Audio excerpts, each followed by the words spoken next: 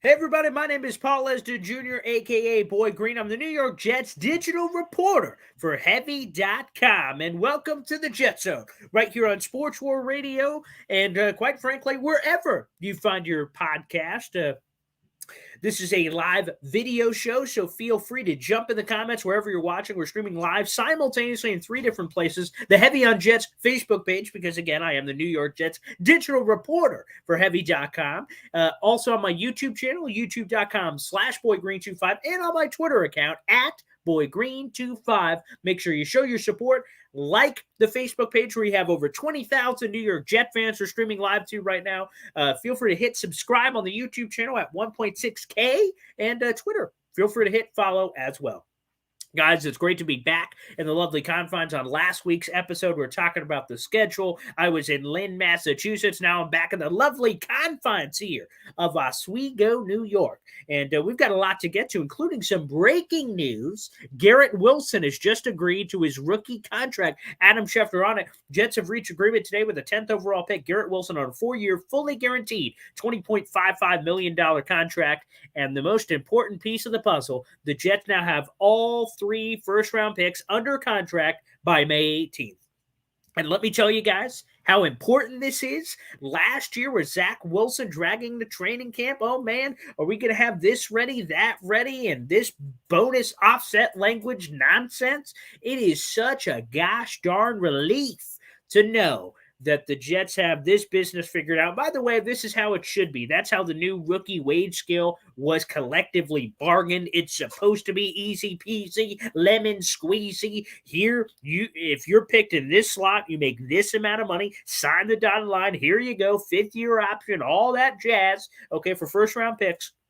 And I'm just glad we've reached a gosh darn stage where that is no longer a friggin' issue. So blessed be he. Thank the Lord above. So Garrett Wilson just signing his rookie contract minutes ago. Okay, signed with us. And by the way, this is just quick. It has not happened in quite some time. So just blessed be he. With all that being said, welcome to the show, everybody. We're going to have a fun program for you. Again, if you have questions or topics, feel free to drop it in to the comments. Let's introduce a couple of people here. Jump over to Facebook. Danar, fastest I've ever seen draft pick sign with us. Amen, brother. I can't remember the last time we had this. Certainly not.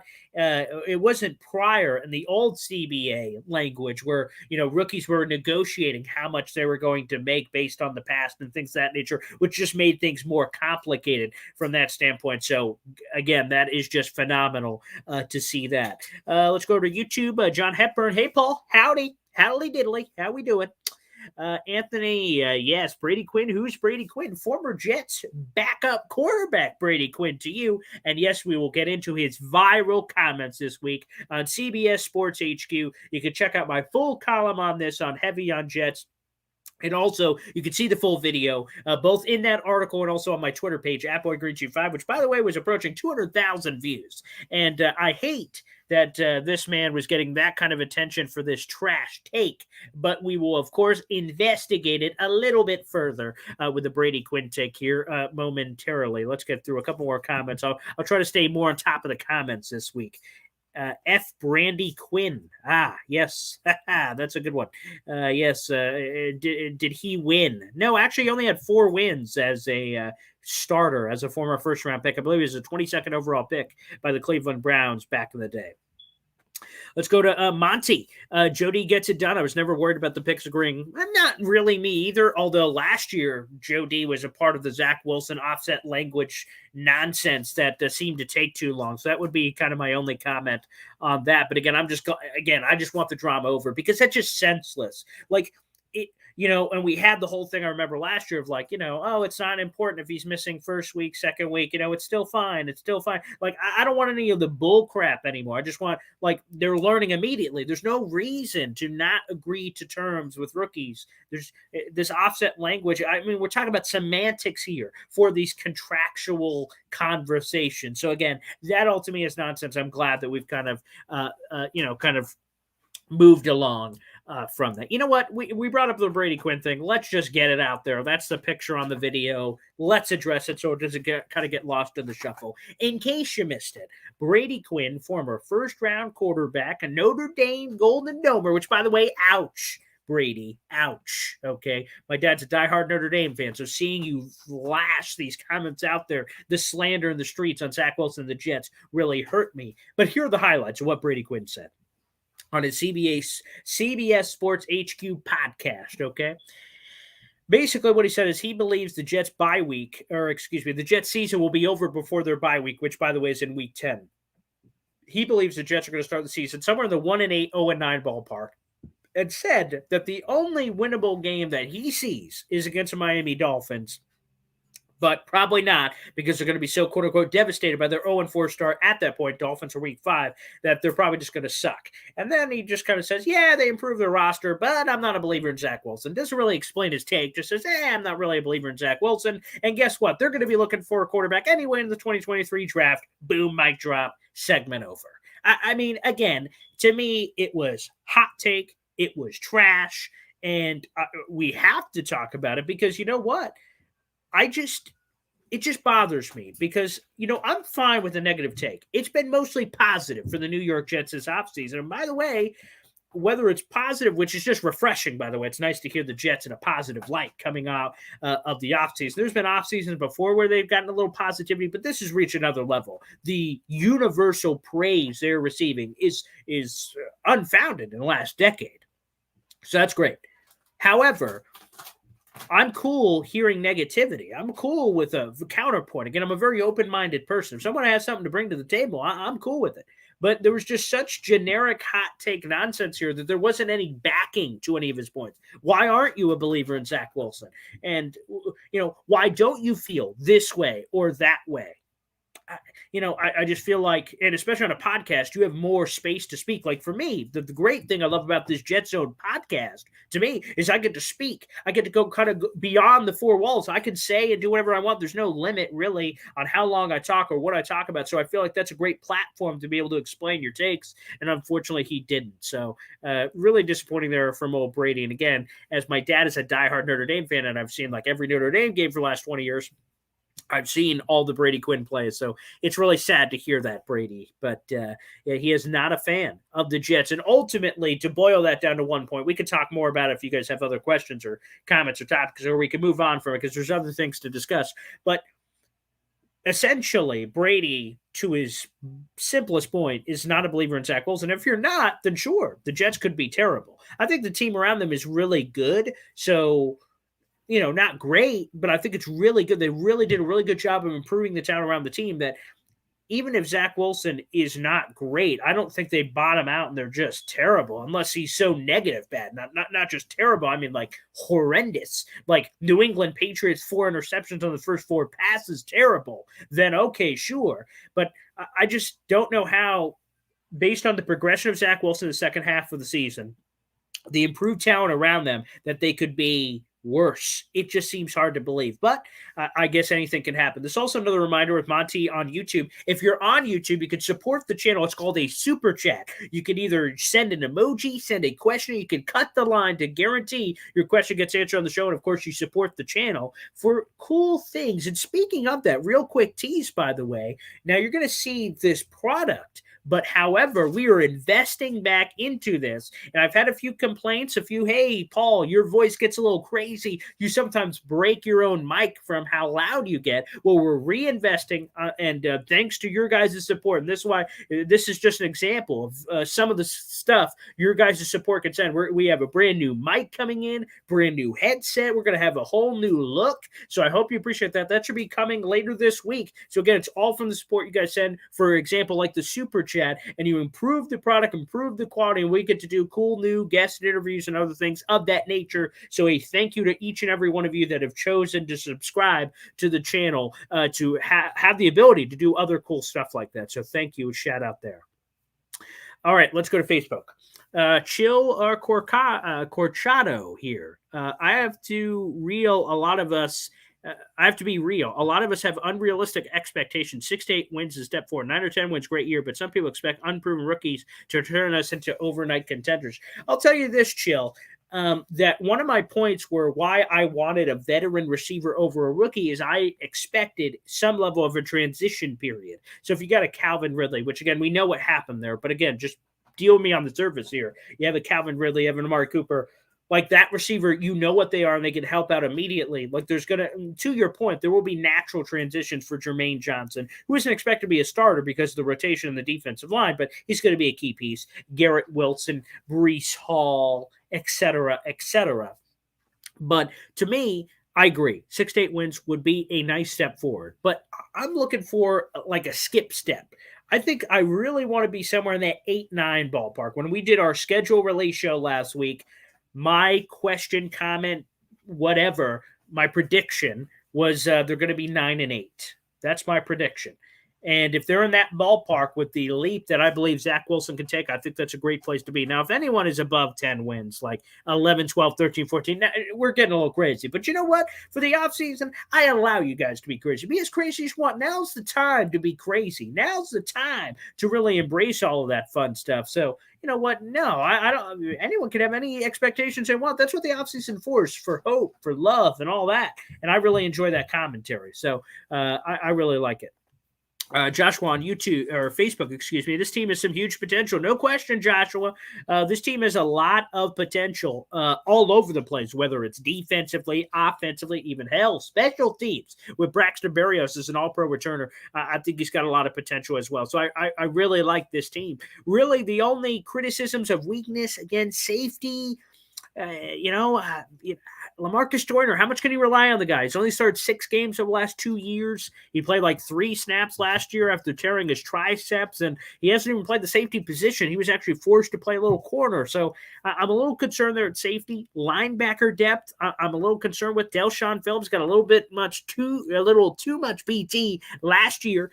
Again, you didn't add that defensive tackle yet. Again, they're thinking about Larry Ogunjobi, but Foley Fatukasi left. You haven't really added some beefcake to the middle of that defense, which I'm somewhat concerned by. The offense, I'm really pleased with. A lot of Nate Herbig on the interior is really nice. I'd still like a veteran swing tackle, but I'm nitpicking a little bit there. I really like that potential. But this actually opens up a great opportunity to talk about the article I wrote earlier today. Bleacher Report predicted the biggest breakout stars for every NFL team, and Bleacher Report for the Jets picked Ashton Davis. Now, that's surprising for a few reasons. Now, Ashton is entering year number 3, and his first 2 years have left a lot to be desired. And really, when you watch a tape, the poor pursuit angles by Ashton Davis is one of the first things I'm like, ugh.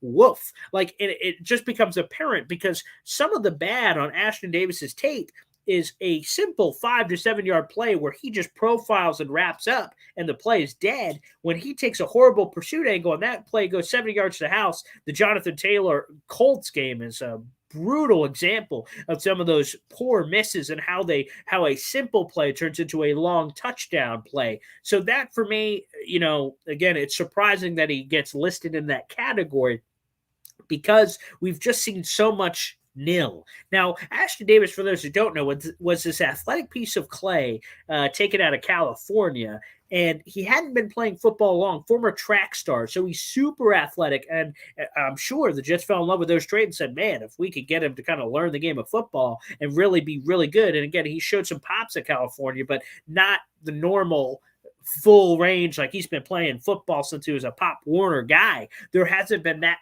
depth of experience, but where you can kind of see the breakout potentially for him is, again, the Jets invested one significant addition at safety. That's Jordan Whitehead. And in theory, Ashton Davis is the center fielder type on the back end of the defense. He could pair very nicely with Jordan Whitehead. And because they didn't make any crazy addition, he could be a nice complement. And that could be a path to a starting gig. So we will see if ultimately he can be that breakout guy, but I will bring up this nugget.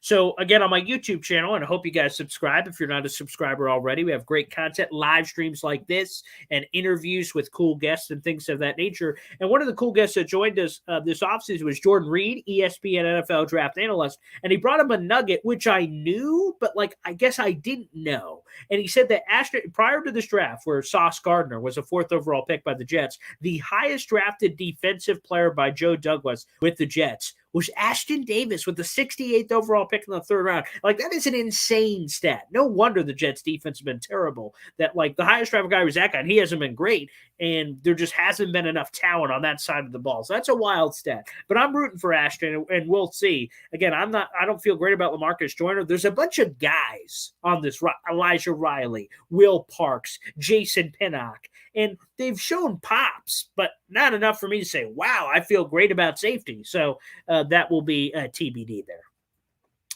Let's go to Christian on Facebook. Brady Quinn shouldn't even be talking. I can't believe this guy's even being brought up. And don't forget Cleveland Browns, where him and Derek Anderson was messing up the Browns horribly. Derek Anderson, actually, with that Braylon Edwards team, I think they were right on the outside of the playoffs, 10-16, if I remember correctly. But yeah, that was not great times there with Brady Quinn in Cleveland. That did not work out well. Okay, let's try to jump to some comments here. Oh boy, we got a lot of them coming in here. All right, let's keep going here. John Hepburn on YouTube. We need to develop an identity fast and mean. Any late hits on Zach, and there has to be retribution. Yeah, that's something we didn't really see last year. You want to see your guys fighting for your guys. Zach Wilson took seemingly a lot of either cheap shots or late shots. The Patriots game where he kind of got twisted. It was the play before he got injured on the sideline. It was kind of like questionable. And the Texas game, we get his helmet ripped off. Like, there are some ones. But the identity part of what you say is true.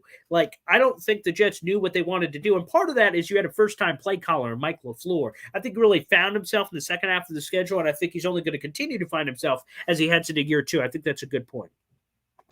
Kareem Mitchell on YouTube. Brady Quinn thinks is having PTSD and thinking this is the same Jets organization he was in. That's possibly true. If he didn't see enough Jet games last year, that could cause a warped perception of what he believes the Jets to be. That could be. John Hepburn on YouTube. Quinn Shaman. Zach joins Namath and throws for over 4,000 yards, and the Jets win between 8 and 10 games. That could be interesting. I'm going to be joining the Jake Asman show. That'll be coming up, I think, coming up either this week or next week. I know we have it on the schedule for his channel. I'll eventually get him on this channel. And I'm thinking, like, one of the questions will be, like, predictions. I think, like, 3,500-ish yards, but 4,000 would be great. Again, fun fact for all you younger Jet fans, or even older to kind of know, Joe Namath was the first quarterback in NFL history to throw for over 4,000 yards. By the way, he did that in a 14-game season for those counting at home. And the Jets haven't had a 4,000-yard passer since. They've had one in history, which is pathetic in the advanced passing game that we've kind of developed into. But that is true. So that would be phenomenal. I would sign up for that yesterday. Monty, I actually don't think Brady's comments were so far off. Vegas has us at 5.5 wins. We have a brand new team with a bunch of rookies and a newish coach and quarterback. And Zach Wilson was one of the worst quarterbacks in 2021. Let's dive into a few of those things. So yes, Vegas has us at 5.5, and Brady had us under at 5 wins. Brand new team. Like, there are certainly a lot of new pieces. The entire tight end room is new. Garrett Wilson is new. Breece Hall is new. Laken Tomlinson is new. That's true. But I think there's a lot of guys going from year 1 to year 2. So I think a little bit of that is somewhat blended, right? Like, so all the guys on the offense that are taking Mike LaFleur from year 1 to year 2, there's going to be a jump. On defense, Robert Sauer, Jeff Ulbrich, a lot of those guys that were all there are going from year 1 to year 2. Again, there's new. DJ Reed, Sauce Gardner, Jermaine Johnson. Go through the names. There's new guys. No question about it. But I think there's a lot there was a core there that wasn't there last year, because last year was the first year. So I think there's a nice core there that is jumping to a new level. And the newest coach, again, second year. Quarterback, second year. So I think there's supposed to be bumps. Now, Zach Wilson, again, was terrible. And we can't sugarcoat that. We can't overlook that. He was bad. And again, for Brady's comments, if you believe in Zach Wilson, you have a different perception. If you don't believe in Zach Wilson, well, you believe what Brady Quinn believes. So, again, I think some of it was off. Some of it, you could understand from Brady Quinn's perspective, I think.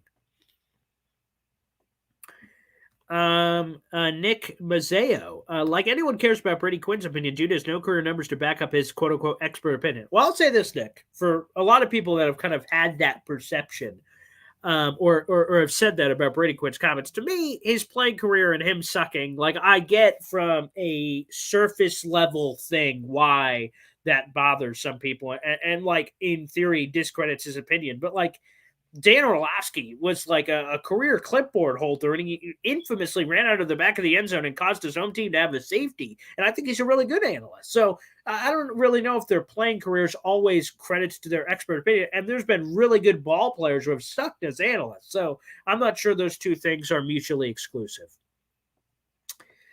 Kareem Mitchell, Joe Flacco will play before we go 1-8. Woof. I certainly hope not, Kareem. That would be god awful. Let's go to the Who.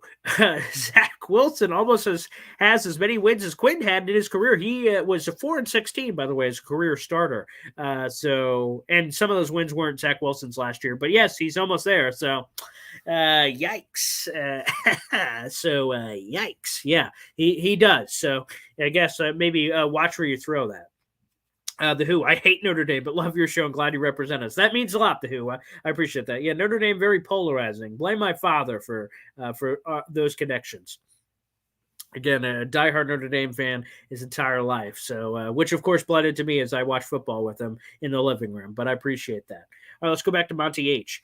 That said, Brady isn't one to talk because he's been a bust in the NFL, but he knows a little bit about having played quarterback in the NFL, something 99.9% of us never will. I personally have the Jets at 6-8 wins, and which, by the way, that was kind of my point as well. So, we're all trash for Brady Quinn, but he went a lot for first-round pick. How many of us in the universe end up being a first-round pick or quarterback in the NFL? So take that for what you will, I think, as well. Again, 6-8 wins, that's, I think, kind of the average where a lot of Jet fans have them at this point. And again, some people are optimistic, some people are pessimistic. That's a fair range.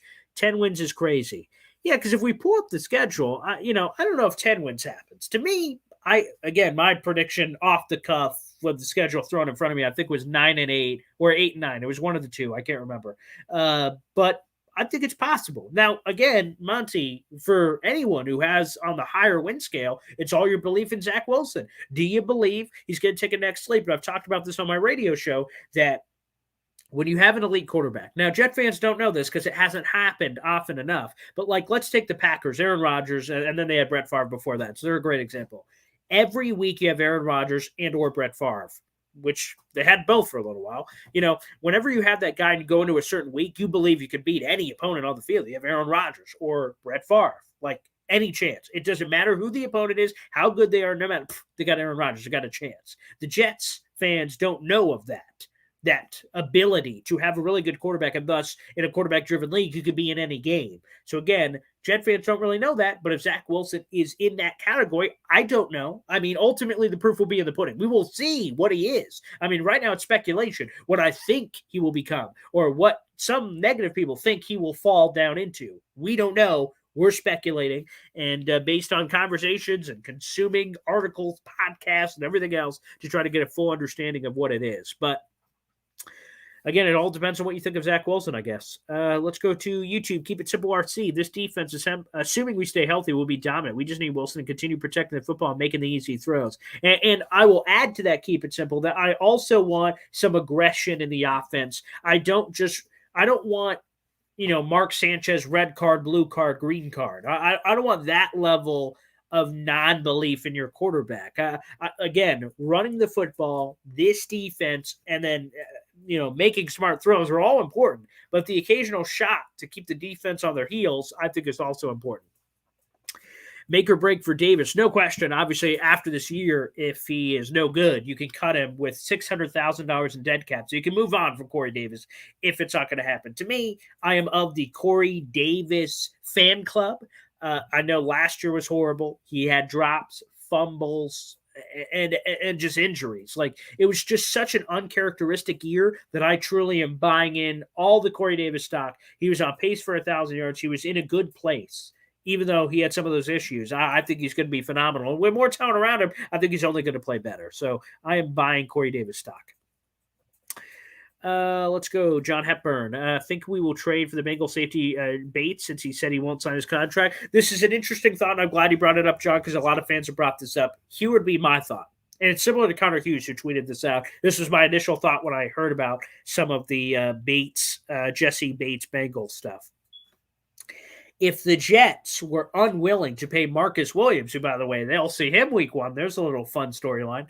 If they were unwilling to pay Marcus Williams when all it was is money, just purely money, That's the only reason that Marcus Williams is not a Jet. The Jets were not willing to pay the obscene number he wanted.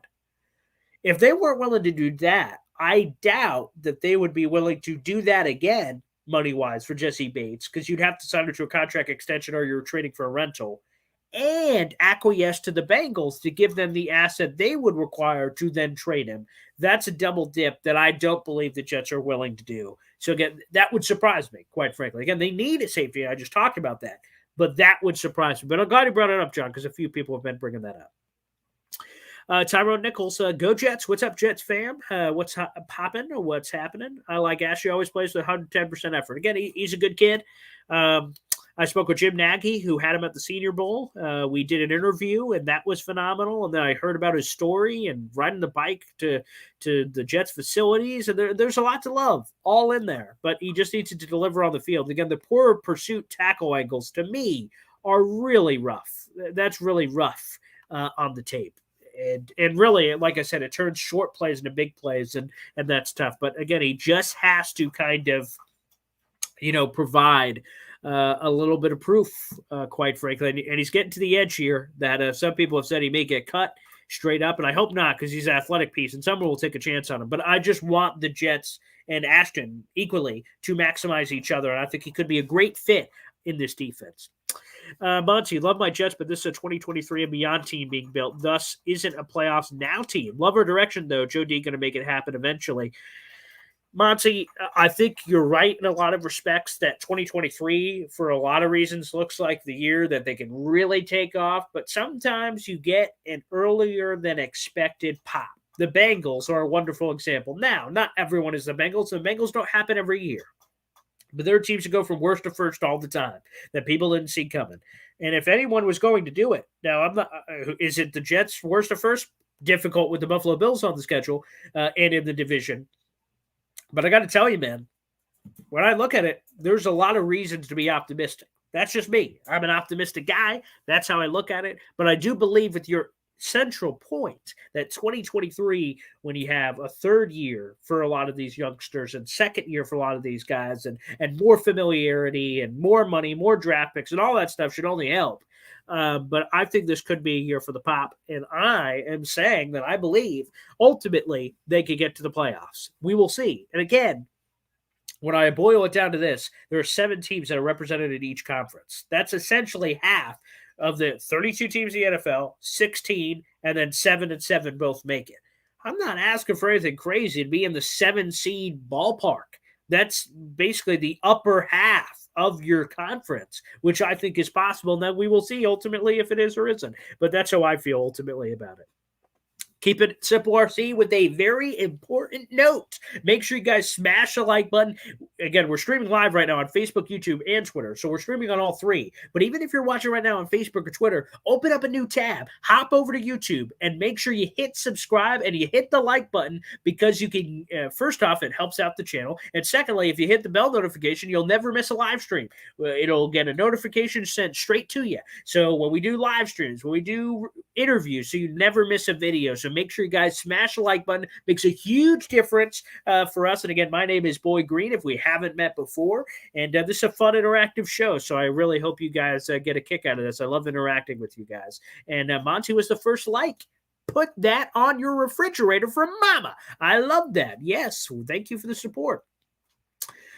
Christian, Braylon Edwards. Oh, how I miss him in that Jets uniform. 100%. By the way, I'm working on getting Braylon Edwards on the show. That would be phenomenal. Braylon's one of my favorite Jets. I remember the trade when the Jets gave up a 3rd and a 5th to Cleveland, and he just kind of evolved into this player. There was a swagger there, and there's a couple of money throws. There was a Mark Sanchez one at the end of the Colts wild card playoff game where he hit Braylon Edwards as they were progressing to field goal range after the big Antonio Cromartie return. There's a New England one where he throws it over to him. He's dragging Patriot defenders into the end zone and kind of breaks and explodes. Oh, man, Braylon Edwards was a dude, man. I love Braylon Edwards. And remember, ultimately, when the Jets are deciding who to pay with Antonio Holmes and Braylon Edwards and all that, I love Braylon. He's a great guy. So hopefully we get him on the show.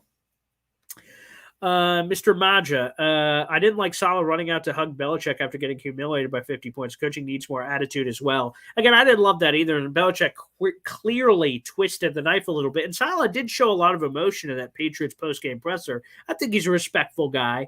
And I think it would take a lot. I can't even imagine what would have had to happen for Salah to not shake a hand or not do the whole traditional thing at midfield. But yeah, again, I hope that Salah and the whole Jets team, by the way, remembers getting a 50 spot hung on them and Patriots adding points at the end of the game and really running it up. I hope they remember that and try to end it because, again, the Patriot numbers are gross. The Patriots have beaten the Jets 12 times in a row.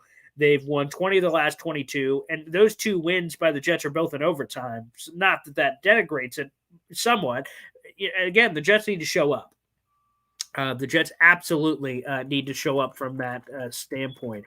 Let me look at the single-season Jets passing records so we can see the numbers here as I pull it up because I see a question coming up on Vinny Testaverde. So let's bring that up. So we got Tyrone who asked, "Didn't Vinny get 4K?" Here are the numbers on the best passers in a single season. So Joe Namath is number 1 on the list, 4,007 yards. Again, remember, he did that in a 14-game season. Ryan Fitzpatrick in 2015 had the 3,905 yards passing. Ken O'Brien is 3rd on the list with 3,888. Vinny Testaverde is 4th on the list, 3,732. So that was his, and his other number on the list is 16. So the closest he ever got was in the 2000 season of 3,700. So no, Vinny Testaverde absolutely did not. So yes, there's a fun fact for trivia night the next time you guys are out.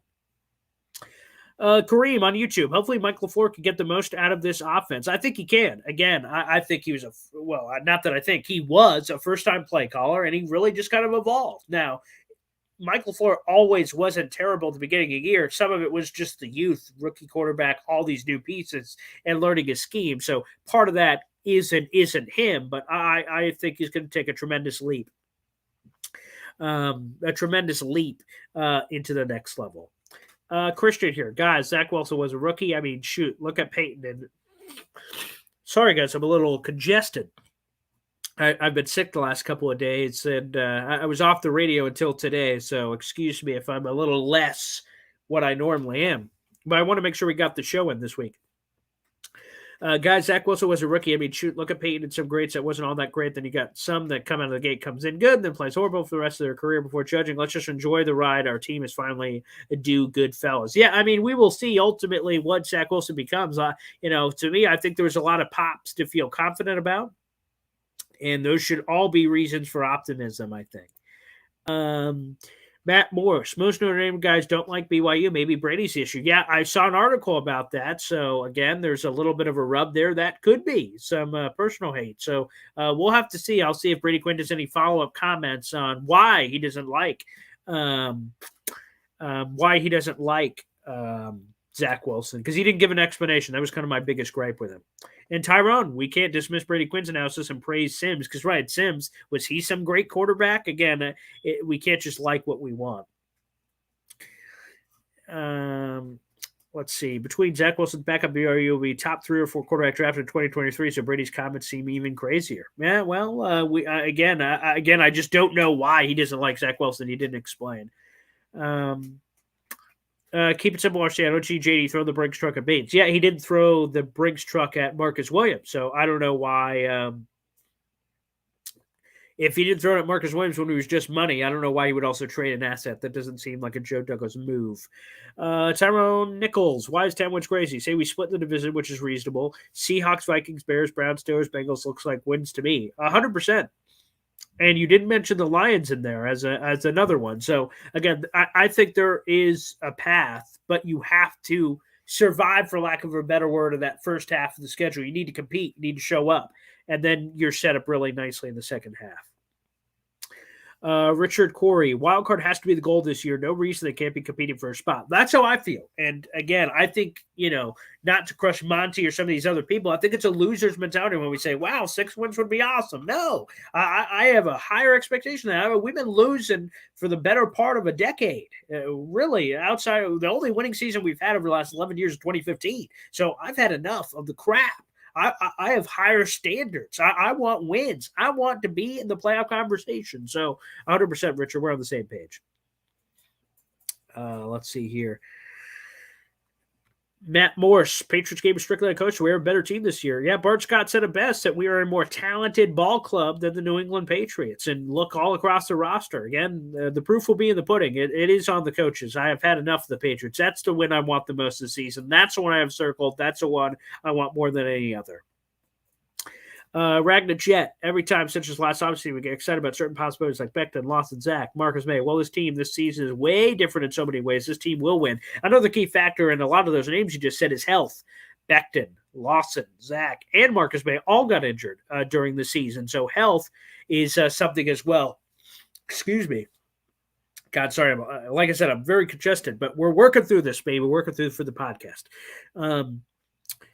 So I think health is another big factor as well that has to be factored in. Excuse me. For Thor Bianco on YouTube. As I recall, Brady lost to BYU and Provo back in the day. Not to mention he was one of the most hyped and overrated quarterbacks ever to enter the draft. Maybe he's jealous. Could be. Notre Dame has not had a good streak of guys. Remember, Jimmy Clausen, another one of my guys, unfortunately, also was in that. So even more impressive. LT, feel better, Paul. Thank you so much. Yeah, again, and nowadays you always have to be careful. So, excuse me. Ugh, God, gross.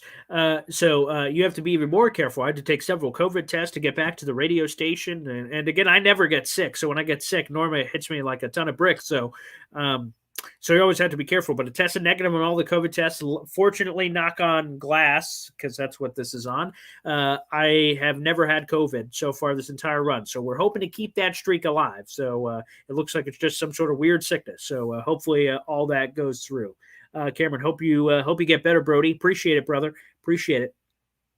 LT, Hall of Fame, and thank you so much. It means a lot, Cameron and LT. Thanks for the kind words. And we'll power through. That's what we do. We just gotta power through and do this. Hall of Fame quarterback Joe Theismann praised Zach Wilson. Oh, I missed that, LT. I'm going to have to go back and look at that. And let's go. Eric Weinstein. Namath missed 2 games to injury in 1967. He threw 4,000 yards in 12 games, not 14. Wow, I'll have to check. He must have gotten injured after the starts because on Pro Football Reference, he still gets credit for the 14 games. So that's very interesting. I love that. So, wow, even more impressive. I mean, wow. And to be the first one ever, I just think that's so cool that he's the first 4,000-yard Jet to ever do it. Like, that's cool. But he's the first 4,000-yard guy to ever do it. So that's really a cool fun fact for me. Phenom, I've had enough of the crap. You play to win the games. Herm Edwards, baby. I got to put that somewhere on my wall. I have that on a couple of – I got it on like a little banner, but we need it even – blown up even more. You're 100% right. And I'm with you, Phenom.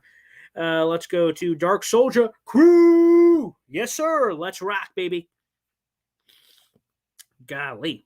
Matt Morris, the stomach flu going around was way worse than when I had COVID. Well, I've heard a lot of people say that, so hopefully I avoid that. That would be ideal. Like I said, I rarely ever get sick, so I am blessed from that standpoint. Keep it simple, RC. Boy Green, soldiering through illness. That's what I do for this show. If you haven't supported the show yet, me powering through illness. There's no rain in baseball. Oh, no, we'll play the game tomorrow. No, we're playing the game today. We're powering through. That's what we do on this program, baby. That's what we do. Ragnar Jet, Brady Quinn, Ray Finkel was also jealous of a quarterback. Laces out, Dan. That could be. It could be it too. LT, last season we beat the Bengals. Bengals destroyed the Ravens. Why can't we beat the Ravens at home? A plus B equals C. The Jets beat the Bengals. Bengals won the Super Bowl. Jets beat the Titans. They're the number 1 seed in the AFC. Again, we could play this game all day long. But I think what you just said, LT, and others have brought up, is that no matter what you slice it, teams are going to be better than we think they are, and teams are going to be worse than we think we are. I'm just going to bring up a random example. Not that this is going to happen, but the Broncos, right? We all think they're going to be really good. Russell Wilson, really good team, blah, blah, blah, blah, blah. They're going to be awesome, right? So that's cool. But like, let's say Russell Wilson struggles in the new offense. I don't know if this is going to happen, but it's just an example of things that could happen. Like teams all the time we say are going to be great in July, and then we go to the season like, well, they are super underperformed. That happens every year. So the teams that start playing, counting the math on the hand, saying there's no way the Jets can't be higher than this in the conference. Well, they're going to have to prove it. The conference is tough. Yes, NFC looks like a limp noodle, but you know what? It happens on the football field. If Vegas was always right, if the favorites always won, then what are we watching the season for? Upsets happen every week. They happened during the season last year when the Jets were worse than they are now. So anything is possible. LT, Joe is the first quarterback NFL or AFL that ever threw for 4,000 yards in a season. Eric, I know, it's amazing. It is fantastic. Again, Joe Namath, Hall of Famer, baby. And again, I still have the, you can see it slightly in the background. It's right there. That is the Super Bowl III replica championship. I might as well grab it. Here you go. The Super Bowl III. I don't know how this will come off. We've done this a couple of times. Booyah. Super Bowl. Oh, that camera. Oh, that's a great camera shot. Someone screenshot that. That's nice. Look at that. Super Bowl replica 3 Super Bowl championship. This is a good photo. I may screenshot this and make this something. Wow. Look at that shine. Look at that sheen, baby. Look at that. That's nice. And look at that. And then you get the Namath right there too. Let's get that on camera. Namath. Booyah. There you go. That's a nice Super Bowl ring right there. And hopefully we can get another one sooner rather than later. Okay. Let's keep going. Cameron, it's no way I truly believe he thinks we start 0-9 with our new and improved revamp roster. We arguably got better in every position group except maybe 2 of them. He's just talking that nonsense. I guess maybe to get clicks, and it's funny, not funny.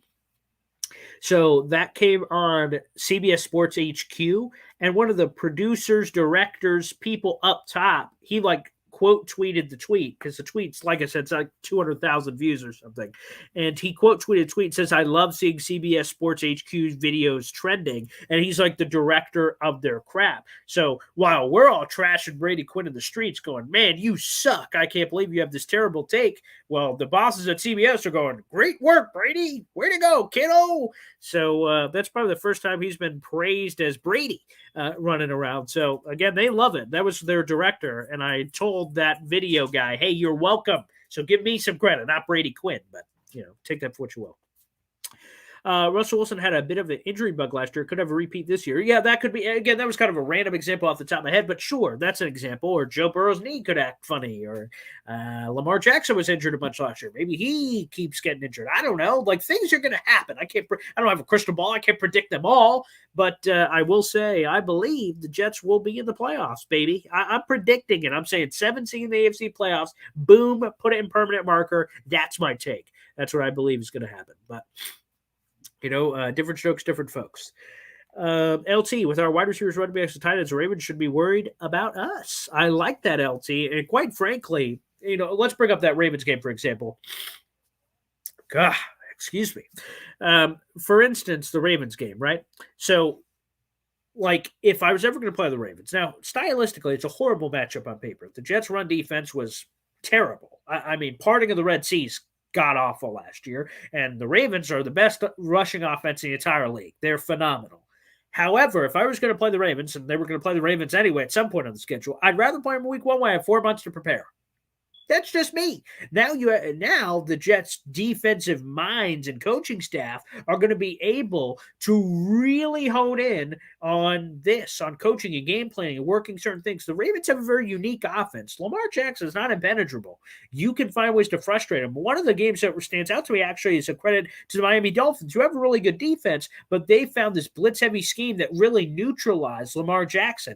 Again, if I'm Robert Sala, I'm looking at that tape study from last year, said, hey, I think we could do something like this to really frustrate them. So, again, the Ravens, even this team that currently is a 4.5-point favorite or something, to be honest, for me, I look at that group and say, they're not impenetrable. They're not just going to annihilate the Jets. I think there are ways that you can really nitpick this Ravens team, to be blunt. So that's just an example, right? Or, who's another one? The Bengals in week 3, right? Like, so, Bengals going to destroy us. We beat them with our third string country club group. Like, what the hell are you talking about? If we could beat them with them, we can certainly beat them with this group. And I think the real big thing is mentality. If you beat them last year with your ho-hum second strings, you got to be walking in with some confidence, regardless of what happens in the first couple weeks of the season, because you say, oh, we beat you last year, and we're going to beat you again. And confidence and mentality can often change how things happen. Richard Core, do you think Deshaun is suspended week 2? That decision should be kind of had here in the next couple of weeks, but I'm going to tell you, Richard, let's just break it down to this. Again, I just mentioned the crystal ball thing. I don't have a crystal ball. I have no idea. No insight, no source. I know I'm the New York Jets digital reporter for Heavy.com. I'm going to be honest. I don't have any insight into this particular topic. I have no idea what's going to happen. But I'll tell you this. I believe if you look at the history of the league, and I know there's a new CBA into this latest issue, there's new CBA language for discipline, and it's not just Roger Goodell anymore. However, I would say if a suspension is going to happen, I believe it will. It's at a minimum going to be like 4 games. 4 games. And even if he somehow gets it appealed, it's going to be 2. Like, there's no way it's less than 2 games. So, in other words, yes, I think he will be suspended. There's no informed opinion on this. It's just my take. I guess it's a little informed opinion based on knowledge of the league, but I'm not like guaranteeing it, but I'm pretty close to 99% saying there's no way Deshaun Watson plays. And that is Jacoby Brissett. Are you flipping kidding me? Jacoby Brissett? Did anyone see him? Speaking of that Thursday night Dolphins-Ravens games, did anyone see his limp noodle ass go in that game? Jacoby Brissett sucks. So if you're afraid of Jacoby Brissett, then I don't know what to tell you. So to me, winnable game. And then go to week 4 on the road against Pittsburgh. Mitch Trubisky, Kenny Pickett. Are you trash, garbage? Your defense should be able to eat that alive and keep you in the game minimum, regardless of what the offense does. So, long story short, Richard, God, I do believe that he is suspended. All right, we'll go for a little bit more here before I keel over and die, apparently, because I am struggling here. Dark Soldier, every time you say crew when I answer, it makes my day. Hey, man, Dark Soldier, I see you on Twitter, man. I see you on YouTube. I love your guys' support. To me, you guys have become crew. I mean, you become crew to me. I mean, it's so cool how this YouTube channel has really developed and grown. And I'm seeing your guys' either emojis or names, and it means something to me when I see people repeat. Like, there are some people on here like Monty that's coming back, Cameron who's popping recently, Dark Soldier, and so many others, DT, Tewksbury, and so many other, and Keep It Simple RC. And these guys' names that are staying in, I've got a good memory, but they're staying in my head because you guys are supporting the channel, and it means the world to me. So without you guys, there is no me.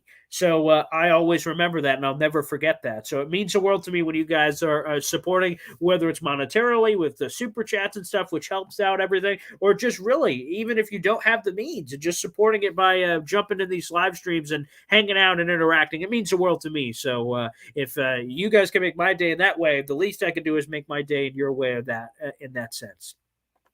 The Who, did you see Lawrence Cager gain 20 pounds at 241 and playing tight end? Yes, I tweeted that out. So initially, Lawrence Cager tweeted out something yesterday where he said he was up to 241 pounds at 8% body fat. So I did some kind of investigative journalism, started to look into it. And last year, for the Jets official roster sheet, when he suited up, again, he was a wide receiver last year, he weighed in at 220 pounds. So somewhere from the beginning point, because they don't update the weight. So when you first weigh in, essentially, for the roster sheet when you're first signed, you weigh in, and that's your weight on the roster sheet for the whole thing. So it may not have necessarily been simply 21 pounds this offseason, but over the course of a bunch of months, essentially, since they asked him to change his weight, which again, they re-signed him in January. So it's really from January to now, even though he's been bits and pieces on the roster.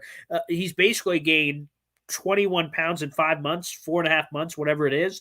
And a lot of it is muscle. And it was kind of cool, interesting, because I don't really know this, but so he said he had 8% body fat. I'm like, oh, well, what is that compared to the normal person? Well, me and you, the Who, are average body fat apparently is between 18 and 24% for a common average Joe, right? Not an athlete. But for an athlete, it is higher, obviously, but it's in between 6 and 13%. So Lawrence Cager not only would be a superstar to any of us in terms of the body fat percentage, but he's a superstar to athletes. He's in that upper echelon. So it's phenomenal to see, addressing the elephant in the room with this is it's going to be hard for Lawrence Cager to make the roster. You're 3 deep, and they're all making it. C.J. Uzomah, Tyler Conklin, and Jeremy Ruckert are all making the roster.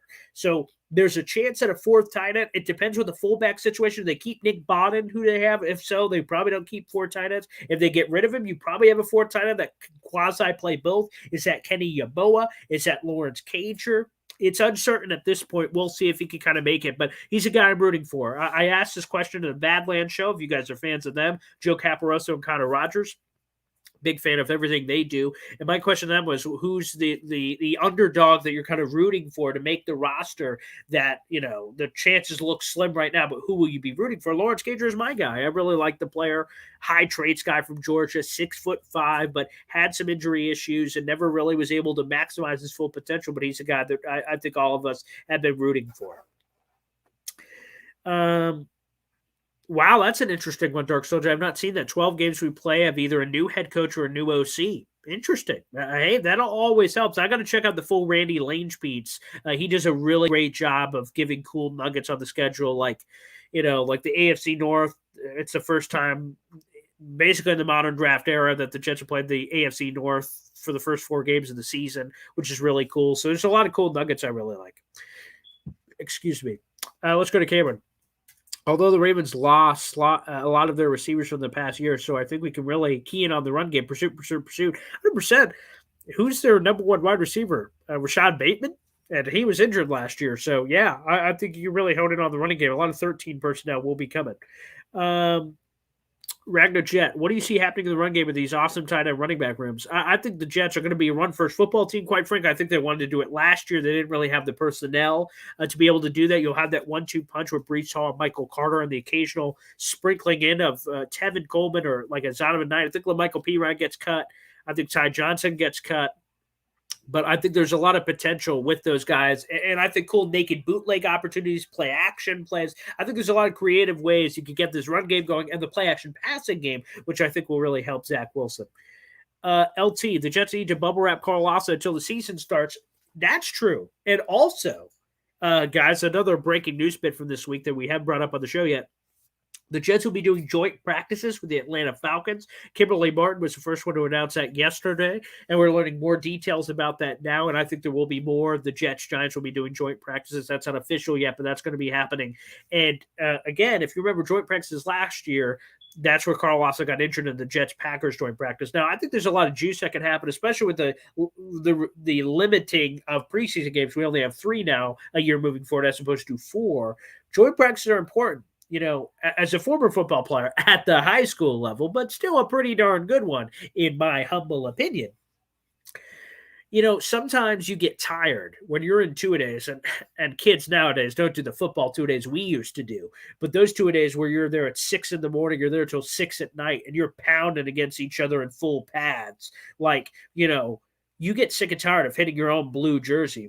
Oswego Buccaneers. You're hitting your own blue and white jersey over and over again. Well, we got the scrimmage opportunities, and we're playing against, Liverpool or this team or that team, and it's orange or green or whatever team. And we're like, oh, yeah, we get juiced up, we get revved up, and it's a great opportunity to kind of test your own mettle. And I find great value in that same fashion personally to what the Jets can do against the Falcons or other teams. But Carl Lawson's ass better be bubble wrapped twice because he's getting that week off. I'm not chancing it. And it seems like Robert Saleh kind of talked about that, of really kind of restricting a lot of the crazy physical requirements, and they're really going to play it slow, keep guys healthy, and I think that's the right move after all the injuries they've had over the last couple of years. Sean Bennett, couldn't see why we could go 4-5 before the break. We could beat Cleveland, Pittsburgh, Miami, and New England. 100%. The divisional games are important. They've been 0-12 in divisional games, so I'd understand if someone doesn't believe in that factor. But those are both home games, and Cleveland, Pittsburgh as well, and then check with the rest of them, and you can kind of see what happens. Again, if you could be in that 4-5, 5-4 ballpark heading into the second half, you got to feel great if you're the Jets, in my opinion. Great point, John. Great point. Let's go with a couple other ones here. Wow, we're getting a lot of comments here. So let me try to wrap up and try to go through as many of these as possible. Eric Weinstein. Chad was in his 9th year and injury prone in 2007. Said the Jets drafting Quinn. They brought in Favre. I think Brady might have a chip on his shoulder still. Oh, that could be. He may not have appreciated that, I don't think. That's certainly possible. Let's see. Dan, don't forget us when you get to 100K. Yeah, again, right now we're at 1.6K. I will not forget the little people. That is for damn sure. But feel free to spread the word, all of you that are in here. I see we have a bunch of people in here. Again, feel free to like the video and hit subscribe for all kinds of New York Jets content on the YouTube channel, youtube.com/boygreen25. And again, if we're at 1.6, so we've got 60, 70 plus people in here right now, and then you each tell a friend about the channel, a Jets fan that wasn't aware of this, we could keep growing the channel more and more, and we can do more cool stuff. So I really hope we can do that. So again, sorry guys, I'm feeling a little down, but we're going to power through this for the final couple minutes of the show. James, though we are a brewer, we're extremely young. Do you believe expectations are too high, especially when looking at our schedule for the first 8 or 9 weeks? No, I don't, James, and I'm going to be honest. And I'm not trashing you or anyone else who seems a little concerned about the schedule upcoming. That ultimately, for my sake, I think you just shouldn't have a loser's mentality. Now, I get it. You don't want to be let down and think this is going to happen and this happens, but I think you should have high expectations with the money that was invested, the draft picks that were invested, and the development of your young quarterback. It's time for the team to step up. So the 8-9 weeks, to me, aren't as brutal as people think they are. Again, I think they're brutal based on the Jets' history and some level of perception. I don't think it's as bad. It's not like they're playing the Buffalo Bills 9 times. They played the Buffalo Bills once. To me, I think that's the hardest game on the schedule. And really, whether home or away, I mean, they're the really tough team. Like other teams you could start to pick at. Like the Packers don't have receivers. You can look at them. The Broncos have a brand new offense that they're operating with. Like Cleveland is likely going to have Jacoby Brissett. Pittsburgh is going to have Mitch Trubisky or Kenny Pickett. Like neither of those scare me. Lamar Jackson, and even if Deshaun Watson played, he didn't play at all last year, so there's going to be a level of rust there. So to me, and I'm not even kidding, when I looked at the schedule, I said, wow, okay, there's some tough games, but I see some real opportunity here. That's how I look at it. Again, we're all different. Emanon, if we stay healthy, we should surprise a lot of people. And welcome to the channel. I don't think I've seen you before. Welcome to the show. I don't see Saleh carrying 7 wide receivers. Could open a spot for a 4 tight end. Very possible. We'll see. It's really interesting because I try to study those traits, to be honest with you, with, okay, the initial final 53, they keep this many players, this many. But we're a little fooled because, for instance, the Jets kept 2 tight ends on the initial 53, but then it was kind of a roster move so they could bring them all back. So it doesn't always work that way, but I hope so. A 4th tight end would be great.